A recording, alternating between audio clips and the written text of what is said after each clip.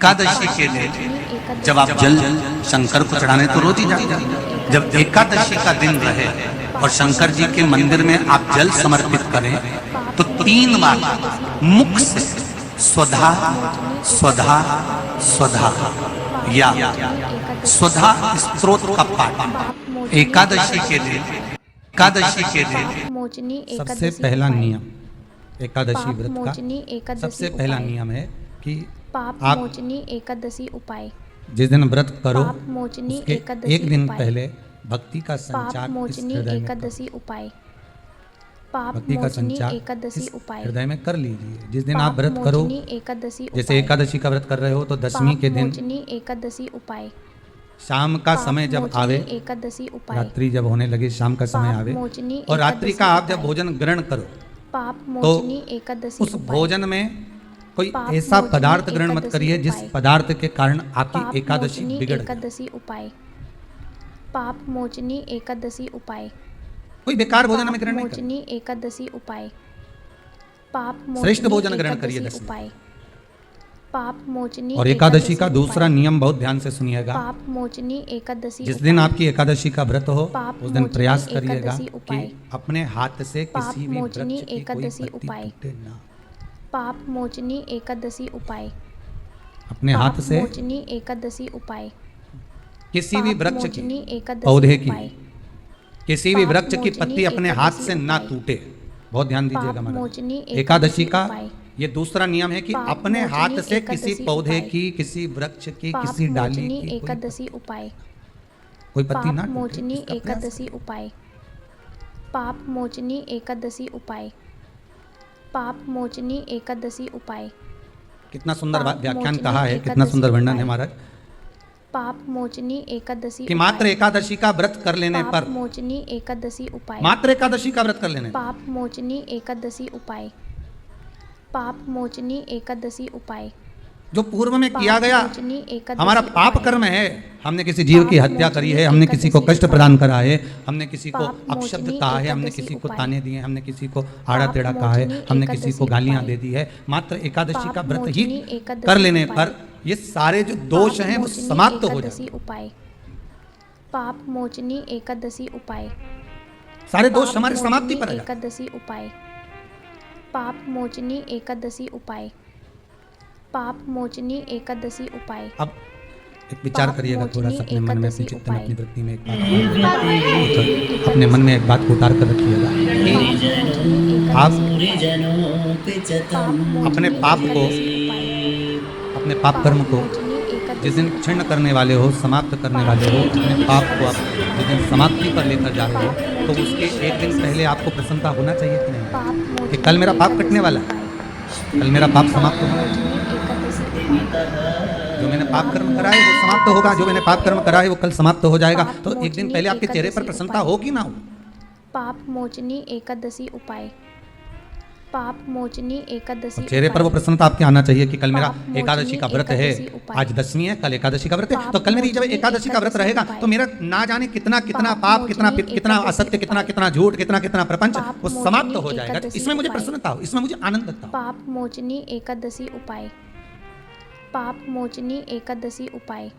तो क्या कहा गया पाप कि मोचनी प्रयास एकादशी करिएगा कि उपाय। एकादशी के दिन कोई पाप मोचनी वृक्ष की, कोई एकादशी डाली की, उपाय। कोई कौपल की, कोई पाप पत्ती ना मोचनी तोड़ी जाए। एकादशी क्यों? उपाय। तो कहा अगर उस पाप पत्ती को हम मोचनी तोड़ एकादशी देते हैं, उपाय। वृक्ष की पत्ती को या पाप क्यारे में लगी हुई मोचनी कोई एकादशी डाली की उपाय। पत्ती को हम तोड़ देते हैं पाप तो मोचनी एकादशी का एकादशी पुण्य उपाय। फल प्राप्त नहीं होता। पाप एकादशी मोचनी का कोई फल एकादशी हमारे उपाय। खाते में नहीं जाता। पाप पुण्य फल मोचनी प्राप्त। अब फिर वाले एकादशी तुम उपाय। चाहे तुमने मोरदन पाप खाया हो, चाहे मोचनी तुमने एकादशी फिर चिप्स उपाय। खाई हो, चाहे तुमने फिर पाप व्रत का मोचनी कितना ही सामान एकादशी खा गए हो और उपाय। तुमने सोचा कि आज मेरी एकादशी पाप है, तो मोचनी फिर उसका कोई एकादशी फल प्राप्त उपाय। नहीं, उसका कोई सुख प्राप्त नहीं। पाप फिर उसका मोचनी कोई आनंद एकादशी प्राप्त नहीं। उपाय। चलें, पाप बहुत ध्यान से आज की मोचनी कथा सुनना कि एकादशी एकादशी का उपाय। आपसे आपके बच्चे पूछेंगे मम्मी पाप हम मोचनी भगवान विष्णु का दर्शन एकादशी करते हैं, उपाय। हम राम जी का दर्शन पाप करते हैं, हम कृष्ण मोचनी भगवान का दर्शन करते हैं, हम एकादशी भवानी उपाय। माता का दर्शन करते हैं, हम शंकर जी का पाप दर्शन करते हैं, हम मोचनी सारे एकादशी देवी देवताओं का उपाय। दर्शन करते हैं, पर ये एकादशी माता तो कभी नजर ही नहीं आती। एकादशी उपाय। पूछेंगे कि नहीं पूछेंगे कि तुम जिस पाप एकादशी का व्रत मोचनी करते हो एकादशी इनका उपाय। जन्म कहाँ से हुआ? पाप मोचनी कहाँ जन्मी एकादशी थी? उपाय। पाप मोचनी एकादशी की जन्म उपाय। स्थली कहाँ है? पाप भाई भगवान कृष्ण की मोचनी जन्मस्थली तो मथुरा है। एकादशी उपाय। श्री राम जी महाराज की पाप जन्मस्थली मोचनी बोल दो जम एकादशी के उपाय। अयोध्या है। पाप मोचनी एकादशी कोई आपसे पूछ ले कि एकादशी की जन्मस्थली कहाँ है, तो आधे लोग तो बाल खुजाने में लग जाएंगे कि एकादशी आखिर पैदा कहाँ हुई थी, जन्म कहाँ लिया था, इसका जन्म हुआ कहाँ था, कहाँ जन्मी थी ये, इसका जन्म स्थल है कहाँ। और अगर मान लो जन्म स्थल एकादशी का है,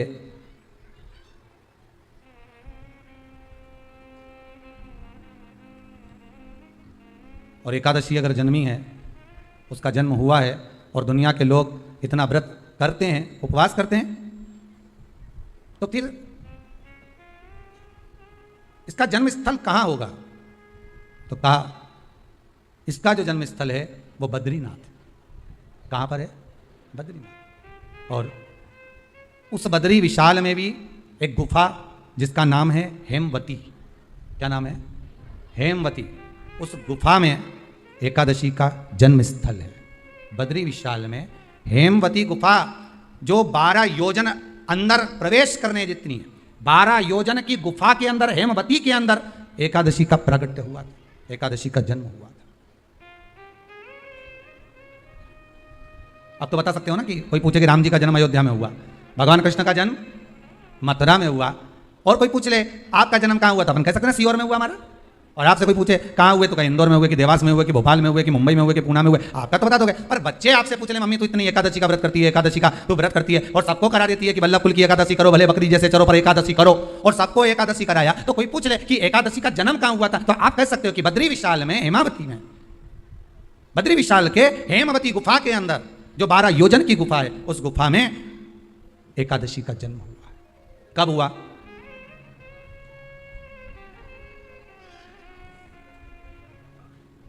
जन्म होने का कारण, राम जी के जन्म होने का कारण था रावण का संहार। भगवान कृष्ण के जन्म होने का कारण था कंस का संहार। नरसिंह भगवान के जन्म होने का कारण, प्रकट होने का कारण था हिरण्यकशिपु का संहार। वराह भगवान के प्रकट होने का कारण था कि पृथ्वी को जल पर लाकर ठहराना, हिरण्याक्ष का संहार। तो फिर इसके जन्म का कारण क्या है? तो कहा इसके जन्म का केवल एक कारण है। सतयुग में, अब एक और बात का बहुत ध्यान दीजिएगा महाराज, सतयुग एक बार नहीं हुआ कि तुम सोचो कि सतयुग के बाद में द्वापर, त्रेता आ गया, त्रेता के बाद द्वापर आ गया, द्वापर के बाद कलयुग आ गया। एक सतयुग नहीं है, एक त्रेता नहीं है, एक द्वापर नहीं है। ना जाने कितने कितने सतयुग निकल गए, ना जाने कितने कितने द्वापर, त्रेता, कलयुग, ना जाने कितने निकल गए। और आप और हम जैसे भी इस पृथ्वी पर ना जाने कितने, अरे जम के तो बोलो, निकल गए।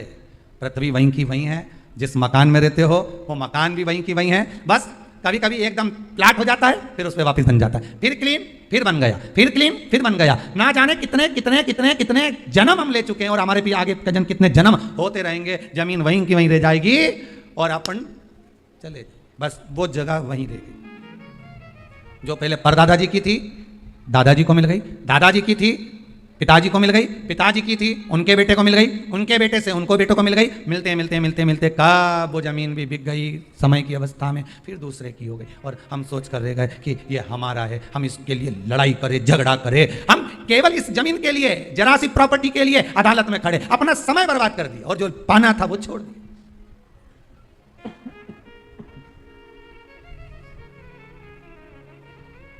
जो पाना था वो छोड़ दिया हमने।